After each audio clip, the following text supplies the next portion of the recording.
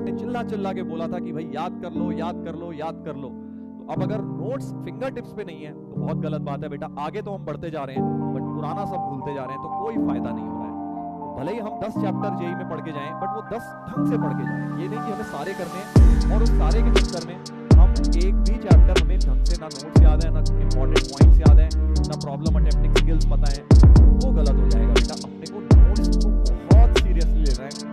Specially जो बच्चे JEE main के लिए प्रिपेयर कर रहे हैं ना, सिर्फ वो तो मतलब बिल्कुल नोट्स को ऐसे समझ लो कि उनके लिए भैया नोट्स से बात बड़ी कोई चीज नहीं है, क्योंकि बेटा बहुत सारे क्वेश्चंस नोट्स के अराउंड ही बनने वाले हैं आपके। इस बात को बहुत सीरियसली लीजिए मेंस में और एडवांस के लिए भी।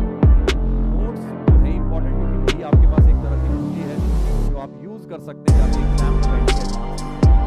नोट्स के बेटा अगर टॉपिक पढ़ लिए हैं, समझ लिए हैं और वहां तक आपने खत्म कर दिया, गलत बात है। अपने को लर्न भी करना है, इंपॉर्टेंट और ट्रिक्स बताएंगे जैसे कि लर्न हो तभी तो आपको ट्राई करेंगे। अरे यार वही बन गया जो सर ने बताया, ट्राई ही नहीं करेगा वरना याद ही नहीं होगा, राइट।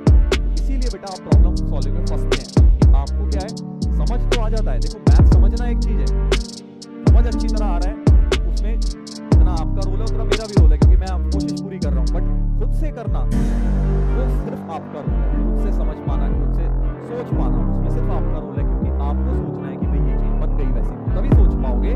अगर नोट्स अच्छी तरह पढ़े हैं तो बेटा प्रॉमिस करो आज ही मुझसे कि आप सभी लोग पुराने चैप्टर के जो नोट्स हैं उनको, मैंने बोला भी था कि पीरियडिकली रिवाइज करना है, हर हफ्ते हर संडे 2 घंटे निकालने हैं कि पुराने चैप्टर के नोट्स रिवाइज किया करेंगे। और उनको जब बार बार करोगे, 2-3 साइकिल भी करनी है हर चैप्टर की, तो वो रट जाएंगे। ये सोचो एक बार पढ़ लिया, हाँ जी एक जमाने में हमने क्वाड्रेटिक पढ़ा था, उस समय सब समझ आ गया था तो हमें हमेशा के लिए याद हो गया, ऐसा नहीं होता भाई। अपने को उसको बार बार रिवाइज करना पड़ेगा।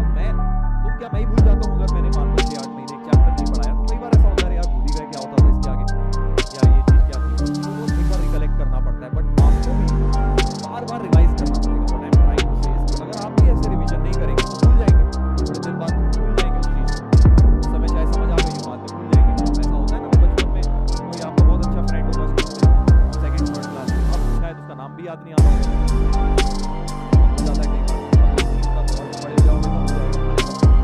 बेटा ये चीज ना बोल रहा हूँ, कोई भी चीज अगर रीइंफोर्स नहीं करते बार बार, हमारे सबकॉन्शियस माइंड में चली जाती है। ये साइकोलॉजी का एक कॉन्सेप्ट है कि भाई अगर बार बार आप दिखता है तो दिखता है, होता है ना एक बच्चा, वही चीज है कि मेरा दिखेगा ही नहीं, आपको याद ही नहीं आएगा, बार बार रिकलेक्ट ही नहीं करोगे, भूल जाओगे।